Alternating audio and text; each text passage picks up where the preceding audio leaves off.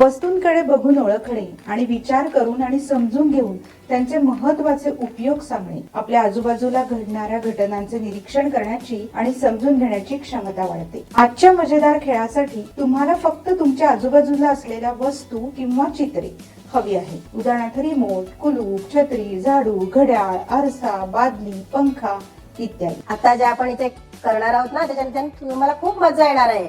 आणि आता इथे वस्तू ठेवलेल्या आहेत ना, त्यातील मी ज्याचं नाव घेईन त्याने ती वस्तू उचलायची आहे आणि मला त्याचं नाव सांगायचं आहे आणि त्याचा काय उपयोग आहे ते मला सांगायचं आहे.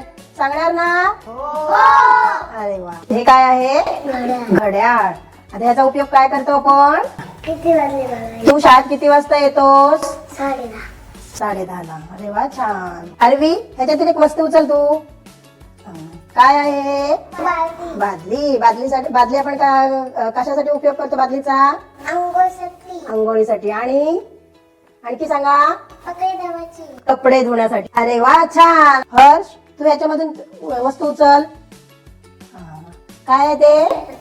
छत्री. छत्रीचा आपण काय उपयोग करतो? पावसात जाण्यासाठी. कशी पकडतो आपण छत्री? अरे वा. निधी, तू ह्याच्यातून वस्तू उचल. निधी, हे काय आहे? सीडीचा वापर आपण कशासाठी करतो? चढण्यासाठी, उतरण्यासाठी आणि कधी कधी आपण सीडीवर पडतो पण. आदित्य, हे काय आहे? रिमोट. आता हा रिमोट घ्या हातामध्ये. हा रिमोटचा काय उपयोग करतो आपण? टीव्ही साठी. अरे वा, छान. आदित्यसाठी टाळ्या वाजवा.